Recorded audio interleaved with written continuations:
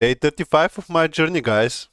We are getting closer to our final day and we are learning fast. And today, let's learn more about the Flexbox. We're gonna learn everything that we know about the CSS Flexbox. And let's make one clear structure real quick. We just need something to work with so we can learn everything that Flexbox offers. We're gonna use Flexbox a lot, guys, like all the time.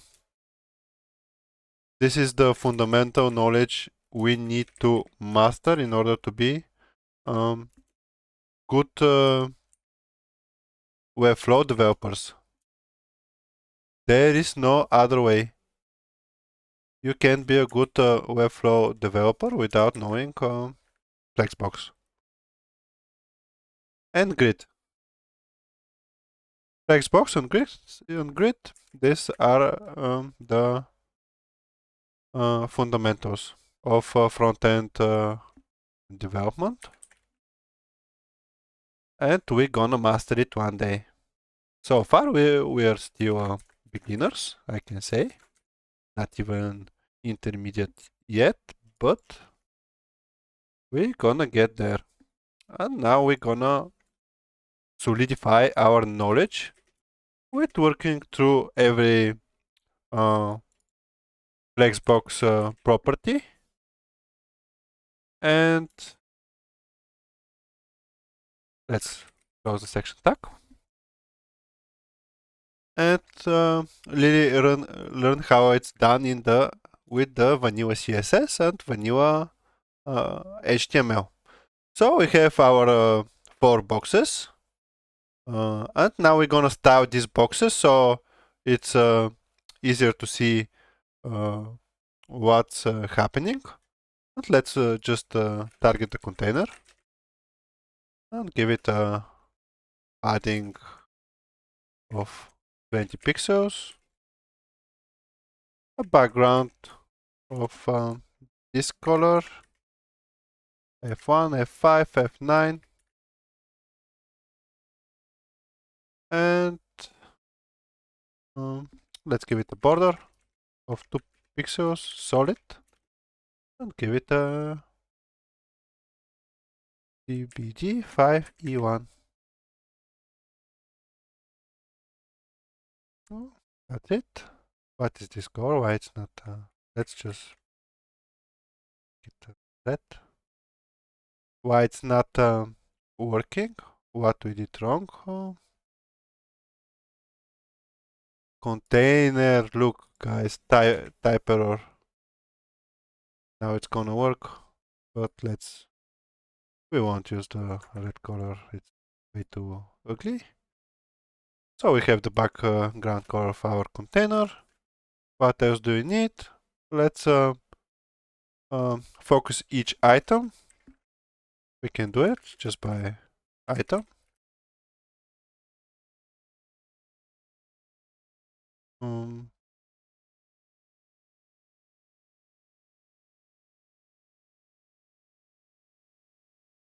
This is not finished. That's why it's not working. Okay, now we finish. You can select all the items just by focusing on this common thing that they have in common.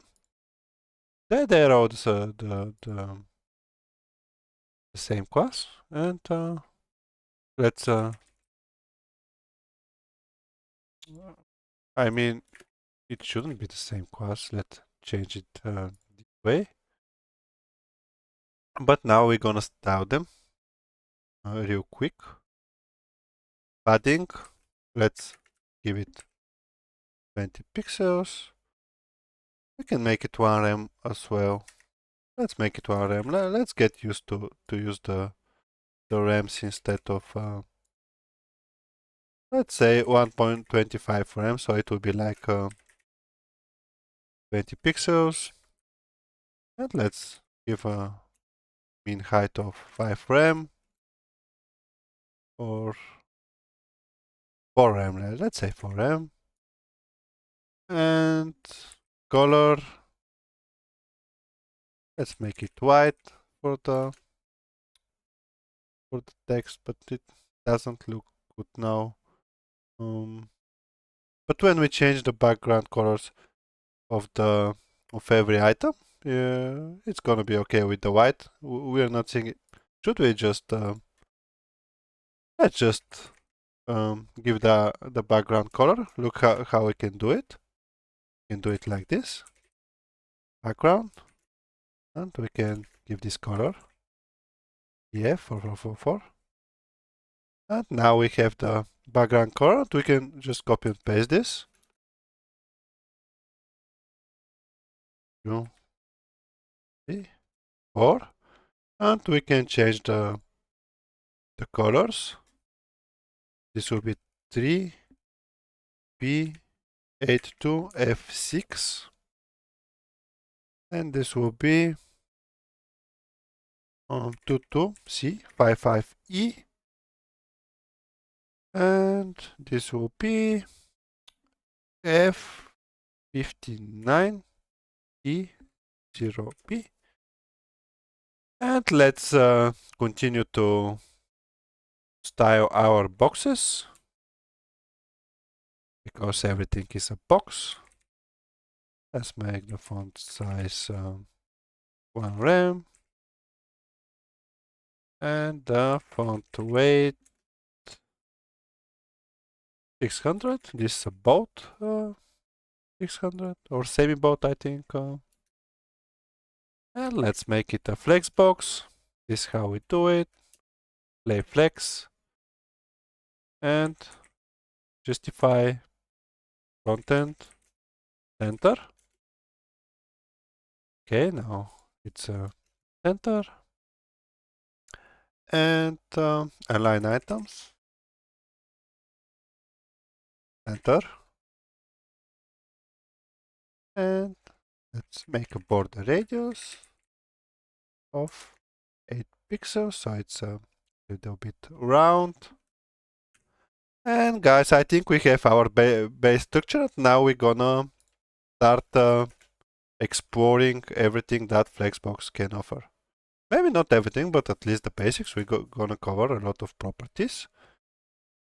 And we have our boxes, each with the unique color. And now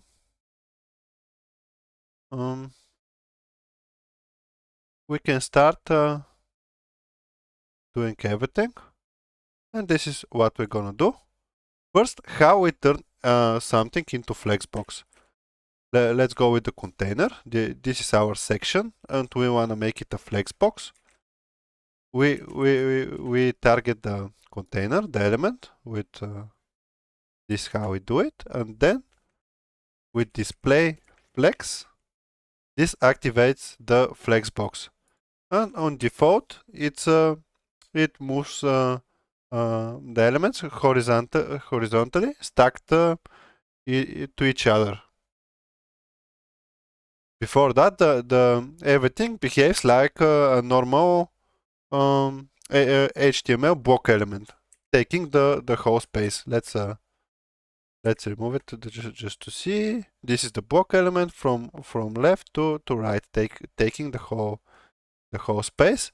But when we give the container the parent element of all these items, the property of display flex, they start behave into this flexbox, and they stack horizontally next to each other. And now we can give this property flex the direction row. It's a row by default, so nothing changes. You can make it a column, and now it will be in a column. And let's change it to let's leave it to row. If you wonder why they're not taking the whole width. I think we gave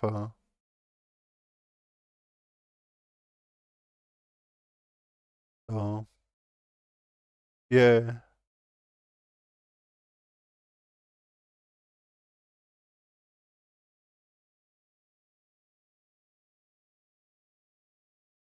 Okay.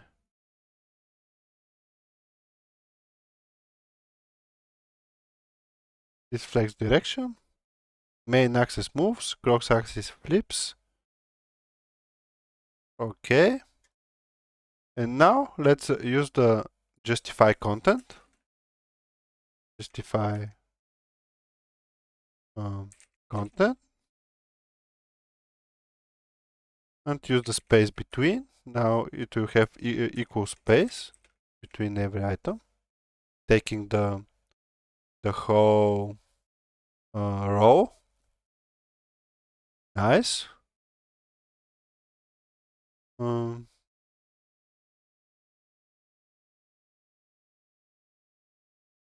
we can also show flex start.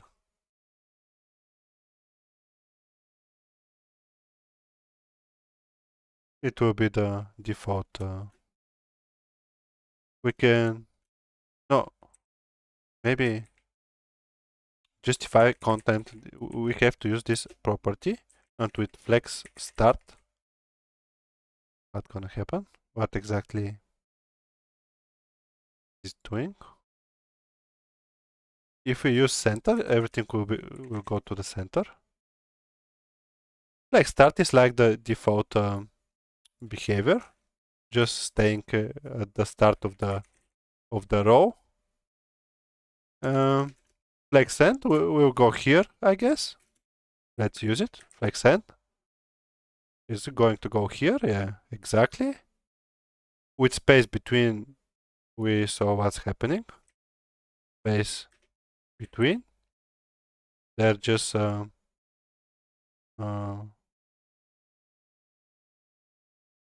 going on equal distance one of each other, filling the whole row. We're going to use this space between a lot. And there is also space around. Let's see what it does. Okay, so I take auto margins on left and right, and it's more stacked in the center. But let's say there is also space evenly.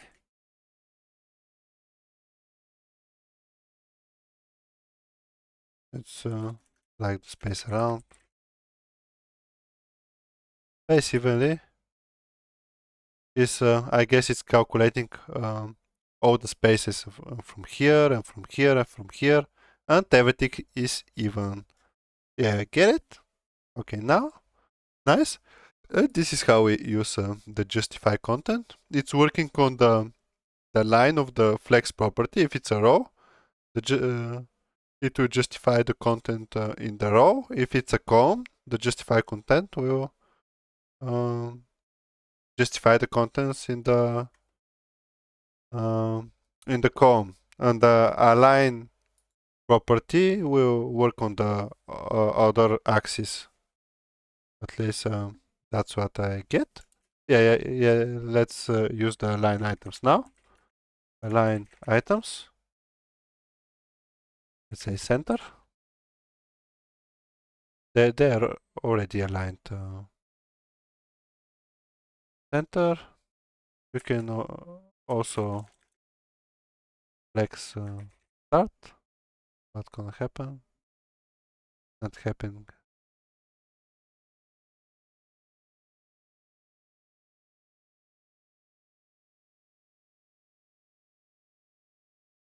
We can give the container width. I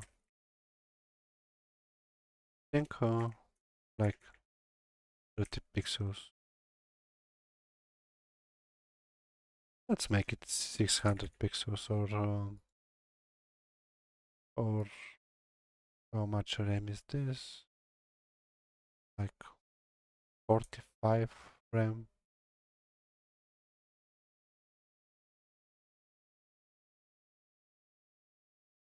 Let's give it a height as well. We want width and height in the parent container. Let's make it 45 for them as well.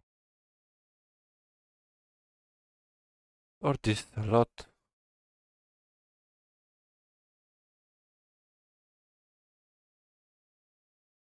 Yeah.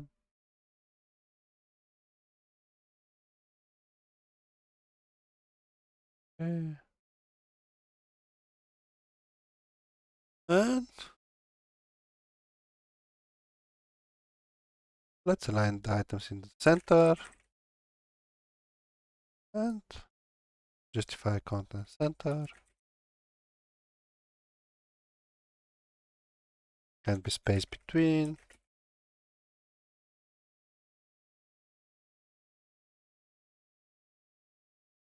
So justify content, because this is a row, it's gonna justify them on the row, and the line items will be the vertical center.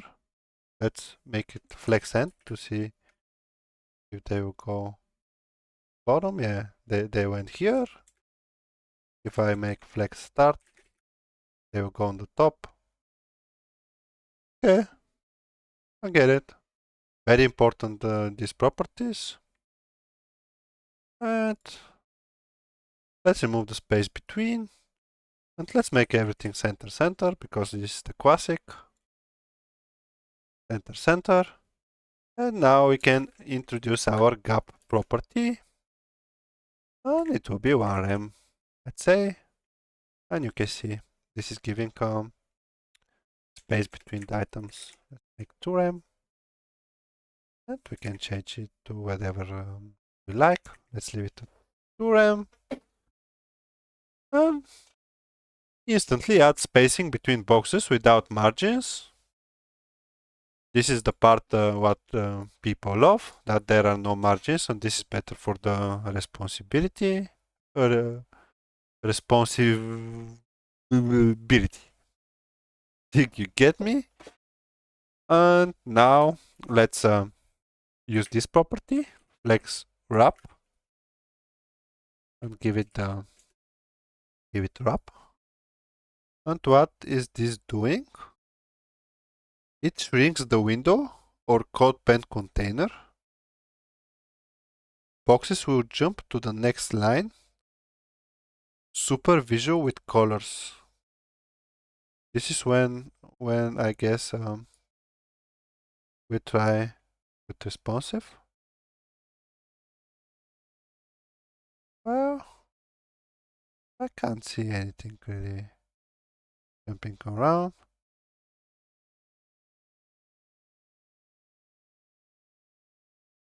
This is how this property is advertised. Shrink the window or code pen container. Boxes will jump to the next line. I think you use it when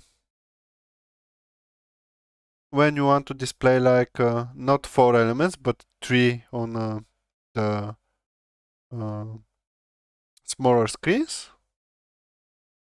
And when you shrink, the elements are getting fewer and fewer. Yeah, very, very important. Flex wrap. That's what we're gonna use the flex wrap for the responsiveness. And the next property, we're gonna target the item. So gonna target all the 4 elements. And when you give this property, flex grow, and give the value of 1, boxes stretch to fill the space equally. So you could see how, look, and now when we give it the property 1, they grew to the to fill the whole container. There is a margin here, that's why it's not kissing the sides. Okay. Useful. This is how we use the flex grow. We had to target each item though in order to work. And we can use this property as well. That way. Flex. Now we are target the first element. Give it the property. And if we give the value 2, what's gonna happen? The red box should be bigger than the others, but maybe we don't do. I wrote throw, and we need to grow, and yeah, we can see. And if we make it like 3, 10,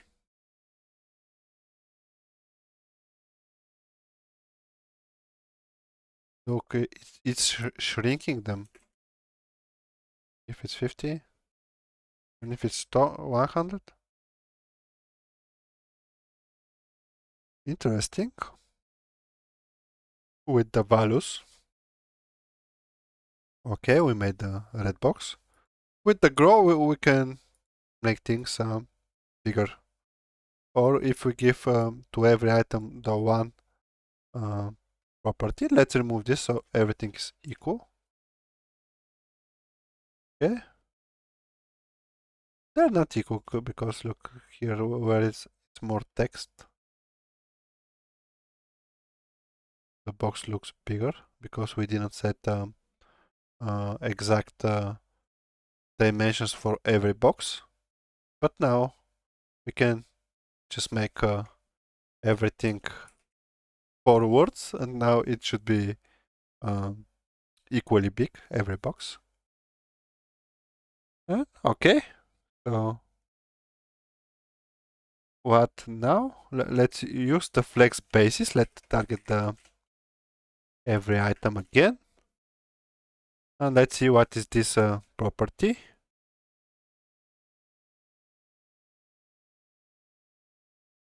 We give this property, flex basis, and let's say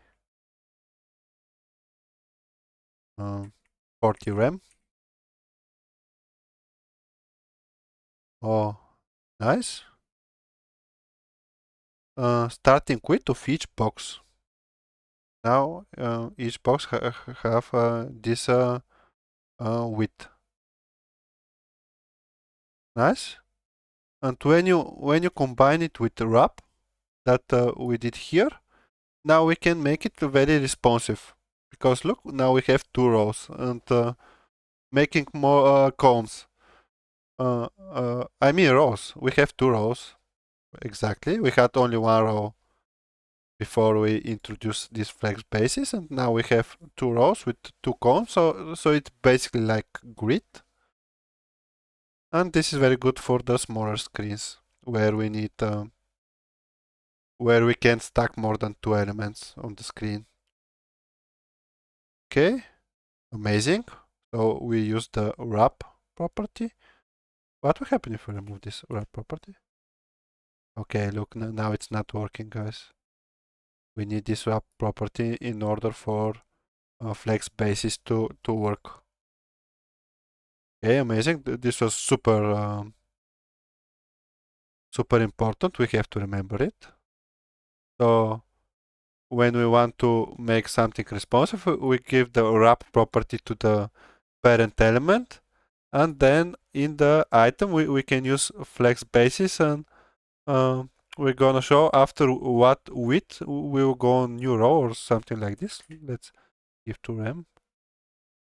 Yeah, 12, 13,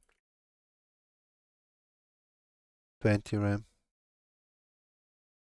Okay, this is the width of the of which okay, I get it.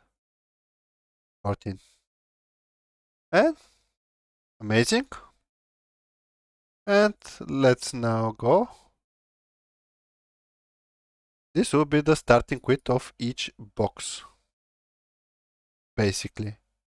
But why when we say 10?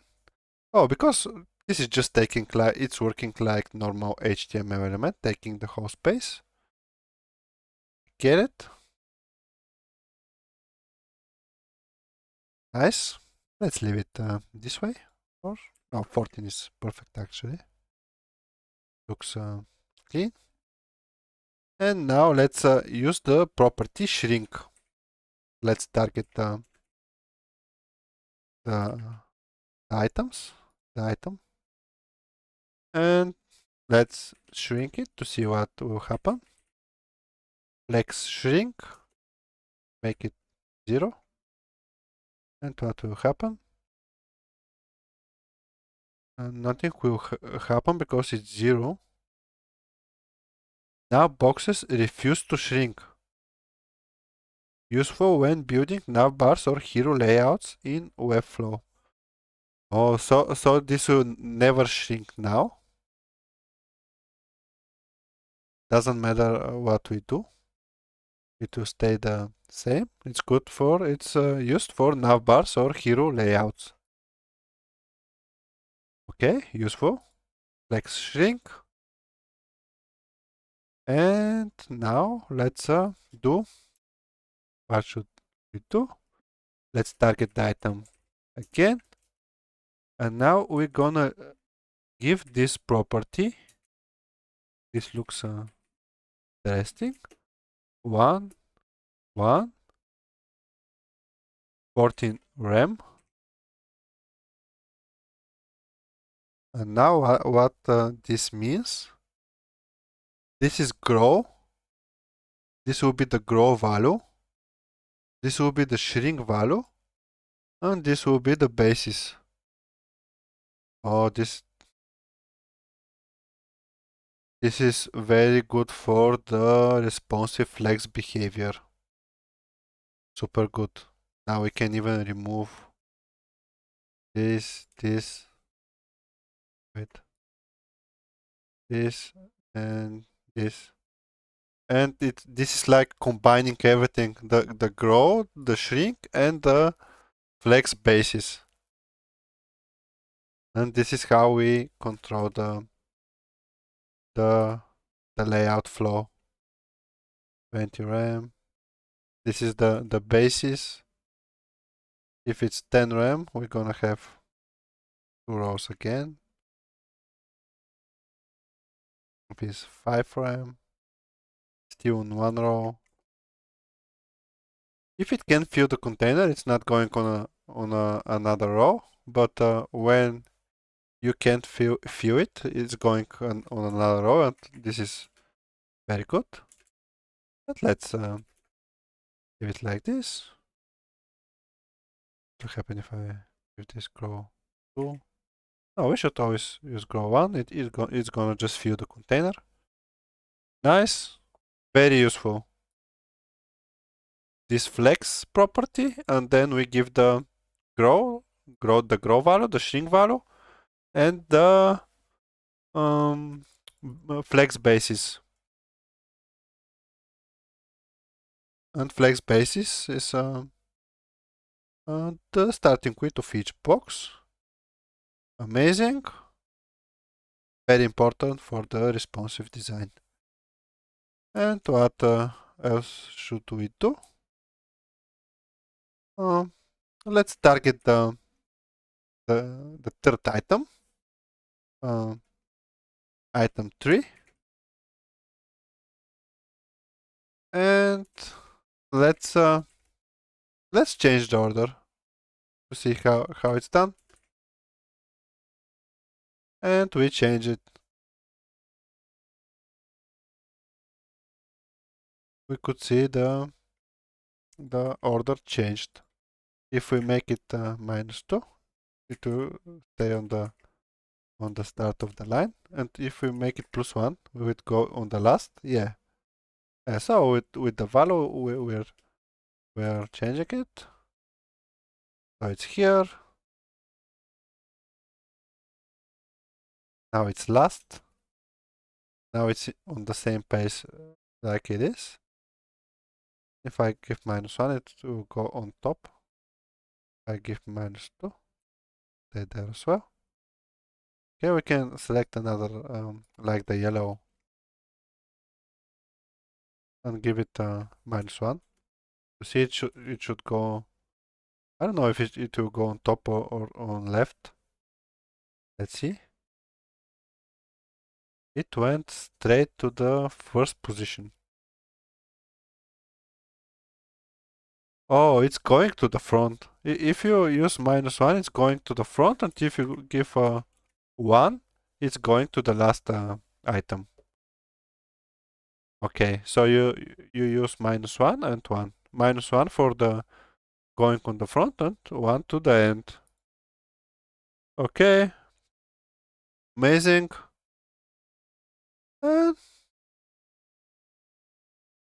I think we learned a lot about the Flexbox basics, guys. Uh, and I will do an advanced version now, maybe tomorrow. I will do another video, but this I think we showed the fundamental, uh, all the fundamental concepts. And we're gonna master this Flexbox. I think Flexbox is more important even than the grid, but